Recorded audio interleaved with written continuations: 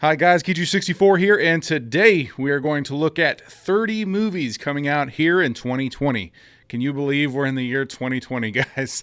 So some of these movies I'm anticipating, some I'm not really anticipating, but all are movies that I kind of want to talk about or have a few things to maybe say or point out. We will be rolling through all of these at a very nice, steady pace, and they will be in order of release. So no particular order other than the order of release throughout the year. And I can almost guarantee that you'll see some movies on this list that you did not know were coming out this year. So let's go ahead and jump right into it. Skipping the intro, going to go ahead and go right into it with number one. Dolittle releases January 17th. Now, this is probably going to be releasing within a few days of getting this video up because I'm going to put some editing into here. But I want to talk about Dolittle. This is technically the seventh Dolittle movie, which blew my mind. There's 7 of these things. There was, of course, the 1967 original, and then there was a remake with Eddie Murphy, and then that sequel to the Eddie Murphy movie, and then there were 3, count them, 3 direct-to-DVD sequels starring Kyla Pratt, who plays the youngest daughter in the Eddie Murphy films. Now, Eddie Murphy does not appear in any of those 3 films. They even gave up on the numbers with these things.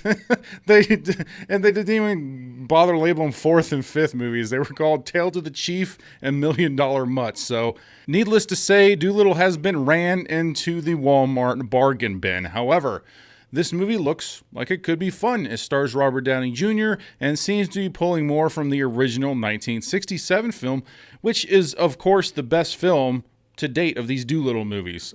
It's really cool. You go back and check out that original, you might be surprised. I don't know how necessary a reboot is because most reboots are pointless, but like I said, it looks like this could be fun. Birds of Prey releases February 7th. Birds of Prey is now titled Birds of Prey and the Fantabulous Emancipation of One Harley Quinn.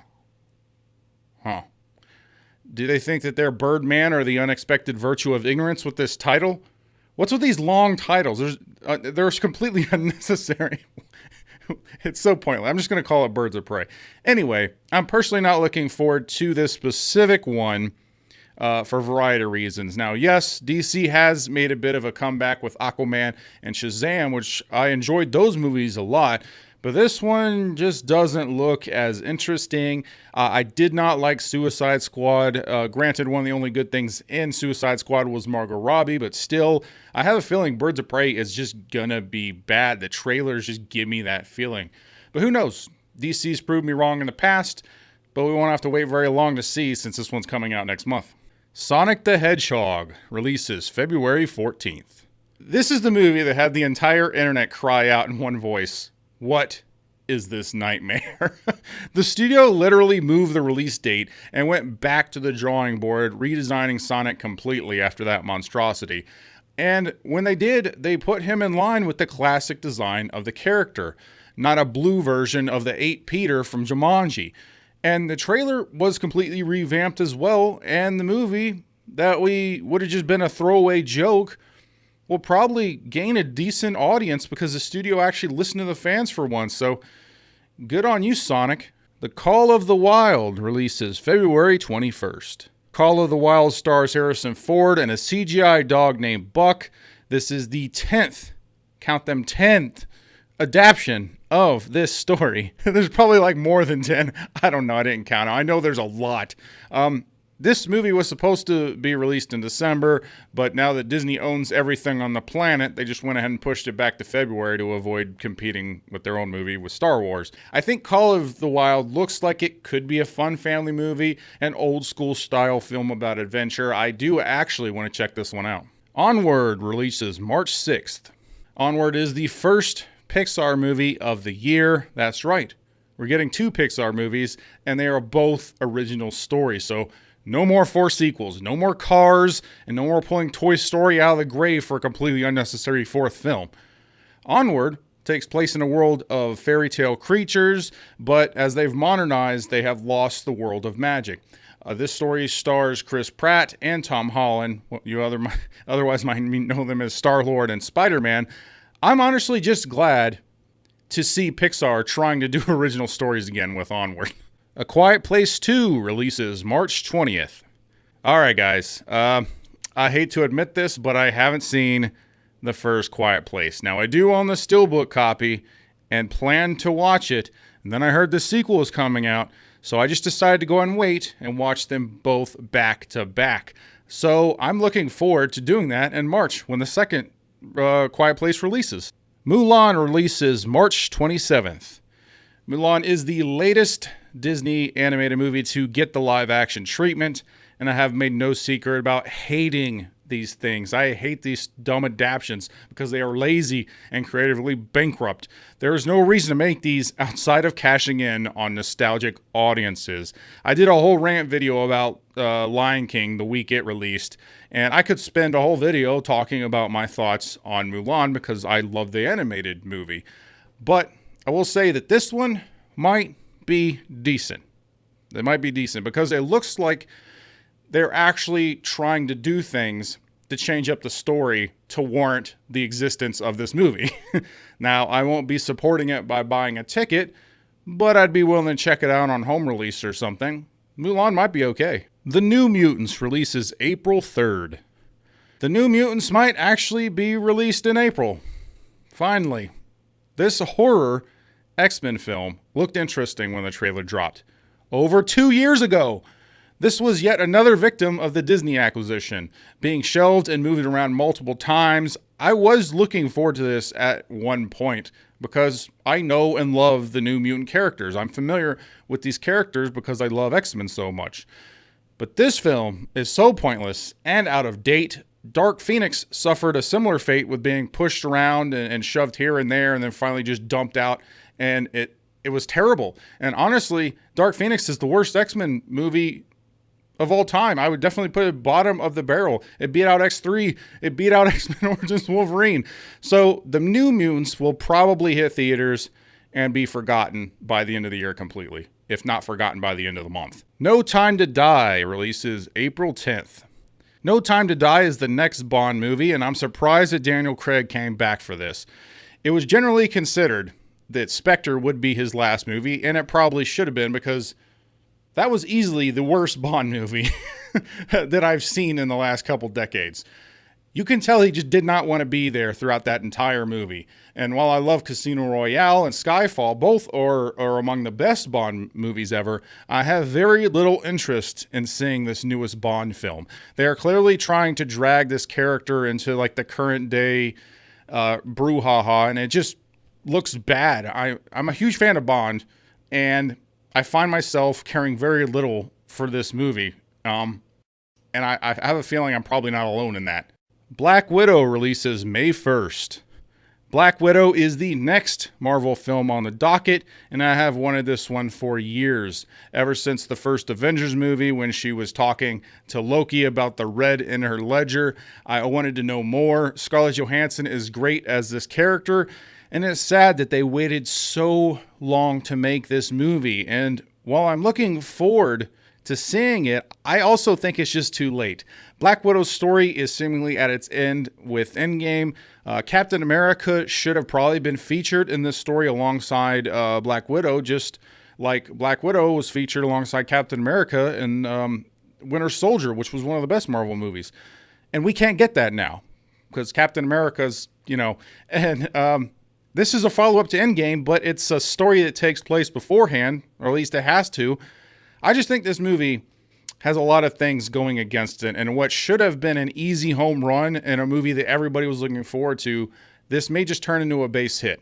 I don't think it'll be bad, but I don't think it'll be up to Marvel standards as far as what we want out of Marvel. But that's kind of the case with most of these Marvel films in this next phase. I don't really care much about any of them overall, but I don't know. Time will tell. Greyhound releases May 8th. Greyhound is a Tom Hanks movie, and that is usually enough to have me at least somewhat interested in seeing it. Greyhound is about the U.S. crossing the North Atlantic during World War II while being tracked by the Germans. It seems to be mostly centered around Tom Hanks playing the commander and dealing with internal doubts on the stuff and what he's dealing with. So it could be a good character story and a good setting. So I'm interested to check it out when the trailer drops. Scoob releases May 15th. Scoob with an exclamation point is self-explanatory. It's a Scooby-Doo movie, and as a kid, I loved Scooby-Doo. The trailer is out right now, and it looks like a lot of fun. The animation looks amazing, great color choices, very vibrant. Frank Welker, who has voiced Scooby for decades, is still voicing Scooby-Doo in this film. They are also going back to the origins and early days of Mystery Inc., so it could be interesting. Now, on a side note, does anyone remember Zombie Island? I love that movie. How has that not been released on Blu-ray? I wanted to go buy it the other day, and it's not out on Blu-ray. What a shame. Fast and Furious 9 releases May 22nd. Fast and Furious 9. Really? Nine of these movies. Nine of these. That doesn't even count the Hobbs and Shaw. Technically, it's probably the 10th movie. Now, I've defended these movies as good popcorn movies for years, but after Paul Walker's death, the franchise just isn't the same. It lost the heart that separated it from the average overblown blockbuster movie. And I saw that in the last movie, and it's just a far cry from where the original movie was. Now, granted, the first Fast and Furious was basically just a remake of Point Break, but man, this franchise has just devolved from being about cars to straight like theft and spy, espionage, like stopping world wars and cyber terrorists. I didn't like the 8th film, like I said. I don't really care about the 9th film either. However, the cast, the people they're adding seem pretty cool. They got Michael Rooker, Helen Mirren, John Cena this go around, so I don't know. We'll see. We'll see what they do, I guess. Wonder Woman 1984 releases June 5th.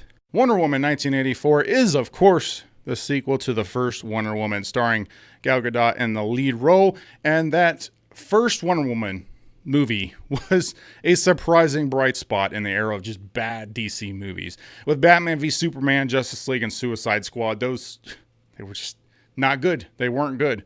So I'm looking forward to seeing the sequel because I like her as this character. I think there's a lot of potential here. Now, I do have a lot of questions about the plot, which is good. The trailer doesn't give much away. I do think Kristen Wiig is a weird casting choice for the villain Cheetah. I don't understand that. And I think it's strange that Chris Pine is back somehow, but it could be cool to have Wonder Woman introduce the world to Steve Trevor, like as a reverse to what Steve Trevor did with her in the first movie. That could be interesting. And Pedro Pascal as Maxwell Lord is pretty good casting. So I'm looking forward to seeing what they do with Wonder Woman 1984. Ghostbusters Afterlife releases June 10th. Ghostbusters Afterlife is aptly named as the franchise was basically dead after the Ghostbusters 2016 movie. That 2016 movie was just terrible. It was unfunny. It was disrespectful to everything that this franchise is and was.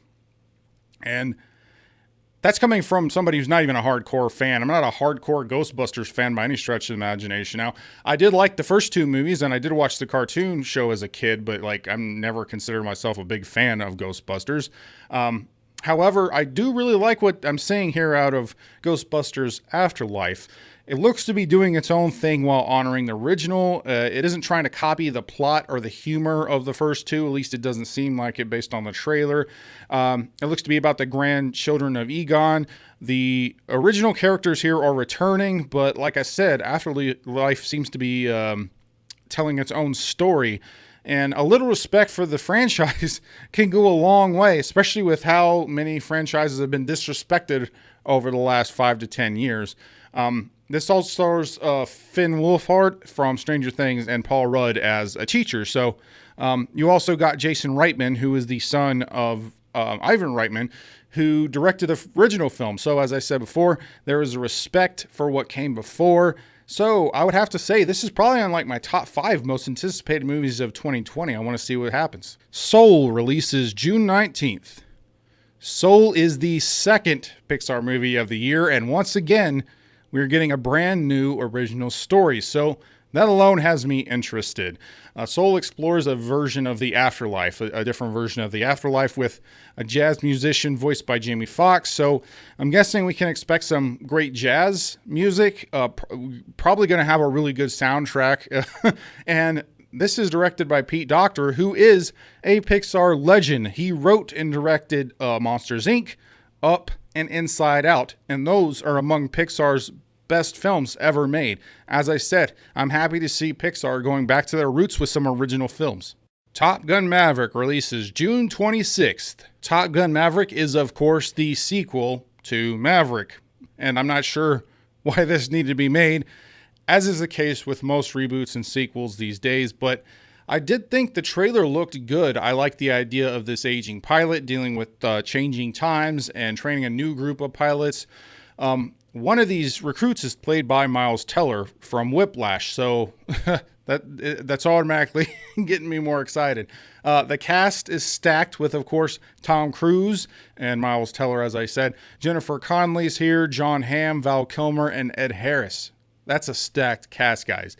Looks to have some great dogfights and action. This one may be one of the few sequels that proves its own existence without relying too heavily on the first film to carry it. Free Guy releases July 3rd. Free Guy stars Ryan Reynolds as an NPC, non-playable character in a massive multiplayer video game.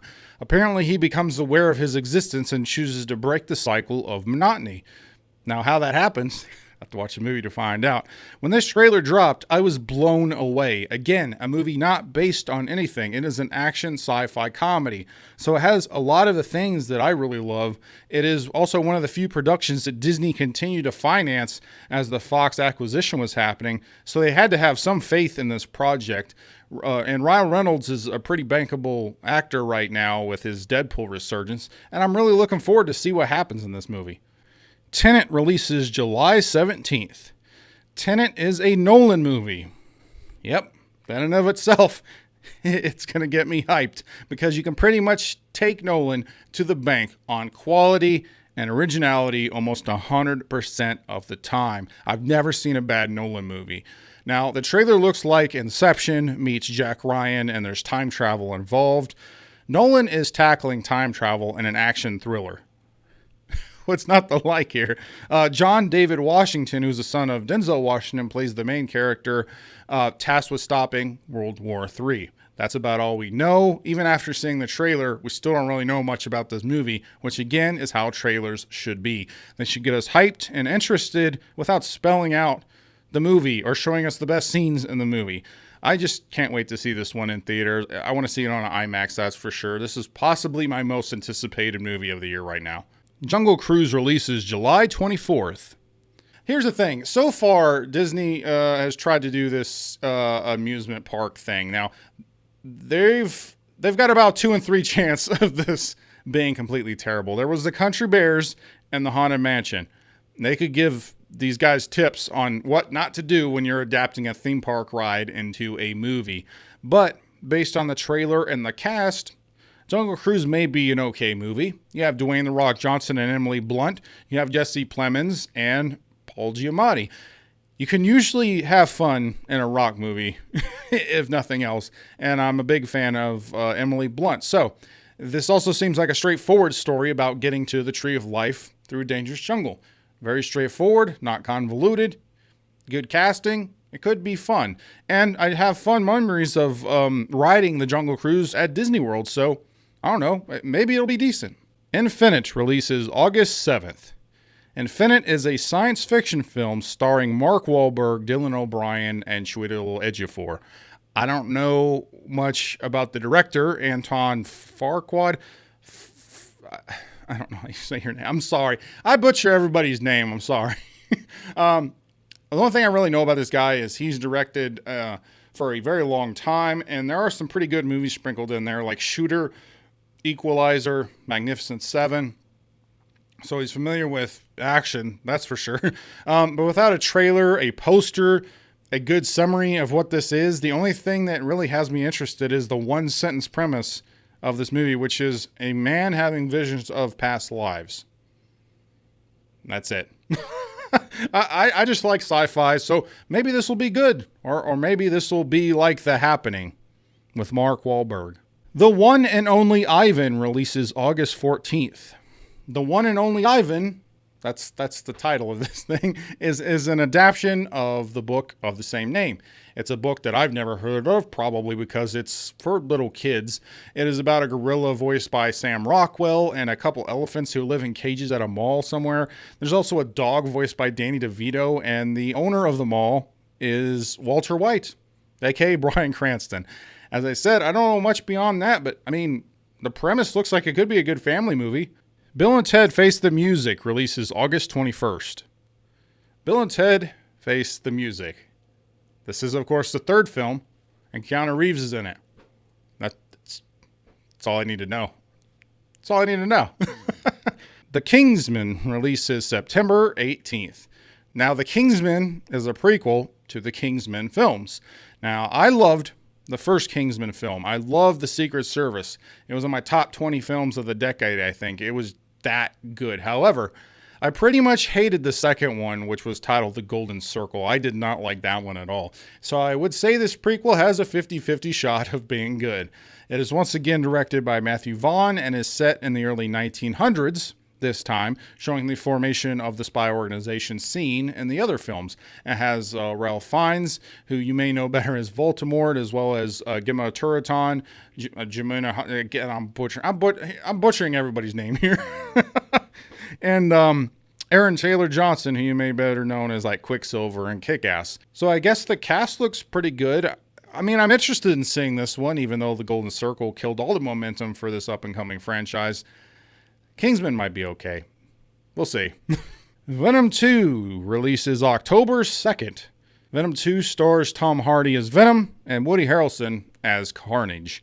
Now, I thought the first Venom was a mess of a film, but there were a few bright spots in the movie, particularly Tom Hardy as Eddie Brock, and of course, Venom. I do think they capture the character well in the movie, but that's about the only thing it did well. It had a good tone, I guess, to it. Yeah, I mean, that's about it. Venom felt like a 90s superhero movie in the worst ways, but it did surprisingly well at the box office. It could be because there's no competition. And I guess it made enough money to where they're going to go and do a sequel. Surprisingly, this one is going to be directed by Andy Serkis. Andy Serkis. You know, Gollum, Smeagol, that Andy Serkis. I was shocked when I saw this. Anyway, if he's involved, the sequel might be pretty good. I don't know. Woody Harrelson as Carnage will probably be a good addition as well. So I do have some small hope that this will at least be better than Venom. I do think this will at least be better than the first film. BIOS releases October 2nd. BIOS is a post-apocalyptic movie starring Tom Hanks as the last man on Earth. He builds an android to accompany him and his dog on a journey across the country. That's the basic premise. I don't know where he's going across the country if he's the last man on Earth, but I don't know. All I know is Tom Hanks is in this thing.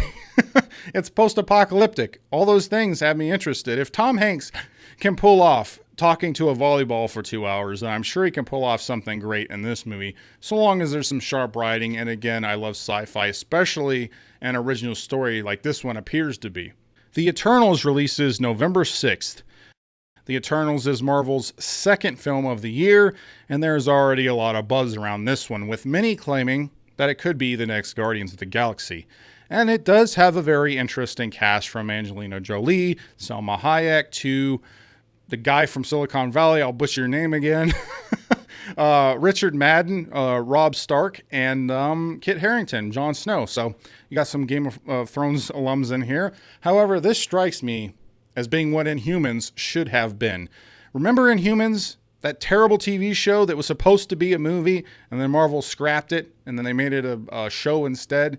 That show could have been Marvel's Game of Thrones. I mean, there's a lot of, this is the new Game of Thrones, but like, Inhumans are about political intrigue and backstabbing, and instead of it being about that, that show was a dumpster fire. Anyway, back to the Eternals. The Eternals are similar to the Inhumans. They're not exactly the same, but they are similar. So I don't know how Marvel is going to handle the Eternals, but I'm personally not getting my hopes up for this one. It may turn out to be great. Only time will tell, I guess. Godzilla vs. King Kong releases November 20th. Godzilla vs. Kong is the follow-up to Godzilla, Godzilla King of Monsters, and Kong Skull Island. And I'm really excited for this one. I love kaiju movies, and I was overall disappointed with the Kong movie. I didn't really like Skull Island all that much, so I'm glad that he's getting another shot to shine here in this movie. Though from an objective point of view, I'm really wondering how this is supposed to match Godzilla. Like, how is Kong supposed to go up against Godzilla? Godzilla can shoot fire and is atomically powered, and Kong is just an oversized gorilla. And they're already going to have to make him super big to be able to fight Godzilla in the first place. And Godzilla just took down Monster Zero, Ghidorah, in the last film. And that was an alien monster who was powerful enough to create hurricanes with its wings and electricity. So I'm interested to see what they do to power up Kong, I guess, to make it to where they're evenly matched and we feel like one could actually win. As with the previous 3 movies, the human characters will probably turn out to be throwaway pieces of the film, barely there just to push along a weak plot, which is kind of sad because they really should focus on a couple main human characters and make them interesting and important, but based on the track record, that's not going to really be the case. Millie Bobby Brown is back from Godzilla King of Monsters, along with Kyle Chandler, who played her dad. And there are just rumors of other monsters being in this film, so that's cool. I'm really interested to see what monsters might show up. It'd be nice to see Kong and Godzilla team up by the end of the movie, even if it is very predictable. I mean, these kaiju movies are just meant to be fun, so I don't look too deep into them. So I'm just looking for a good popcorn movie with this, and I think it might deliver. Dune releases December 18th. Dune is the second adaptation of the book of the same name, and a lot of people love the 1984 film. I wasn't honestly impressed with it. I never really got into it. I've only seen it once. However, the 2020 adaptation of Dune is helmed by Denis Villeneuve. If you don't know who that is, he directed Arrival and Blade Runner 2049. Not only were both of those great movies and great sci-fi, but 2049 was like next level. The atmosphere he built in that movie was amazing. So I'm thinking he will really elevate Dune to a level that I never thought it could be. And the cast, again, is stacked. I've mentioned this many times, but I'm not joking about Dune. This is a stacked cast. You got Rebecca Ferguson, Oscar Isaac, Josh Brolin, Dave Bautista, Zendaya, Jason Momoa, Javier Bardem, and more. That's not even everybody. Those are just the ones I picked out. Dune may turn into the surprise hit of the year, if not at the box office, for sheer brilliance. Like, this could be a cult classic, even if it doesn't hit big at the box office. I'm looking forward to Dune. The Tomorrow War releases December 25th. And last but not least, as I said, The Tomorrow War. Now, this is a military science fiction action movie where scientists bring soldiers from the past to help fight aliens in a battle for Earth. The premise sounds right up my alley. I'm interested to see this. This could be a surprise hit, like Edge of Tomorrow was with Tom Cruise and Emily Blunt. Now, in this movie, we have Chris Pratt, Yvonne Strahovski, J.K. Simmons, among others. So I'm looking forward to seeing a trailer or something more about this. Again, the only thing I really have to go off at this point is just a short little blurb about what the premise is. I don't know when the trailer will drop, but I'm just looking forward to checking it out. And that brings us to the end of the year. Yeah, we're at the end. Those are the 30 movies coming out in 2020. Again, these are just 30 movies I wanted to talk about. Some I'm really looking forward to. So what are your thoughts on these movies? Is there something coming out that I didn't cover that I missed? It could be because I just completely missed it, or it could just be because I chose to talk about these movies. I don't really know. Either way, I want to thank you for sticking around in this video. Thank you, subscribers, for continuing to be awesome. Comment, let me know what you guys think about this one. Thank you for checking out this video, as I said before. And if you like this video, please like, comment, subscribe, share, do all the YouTube stuff, or don't. I'm not a beggar. I'm D264, and I always tell you the truth.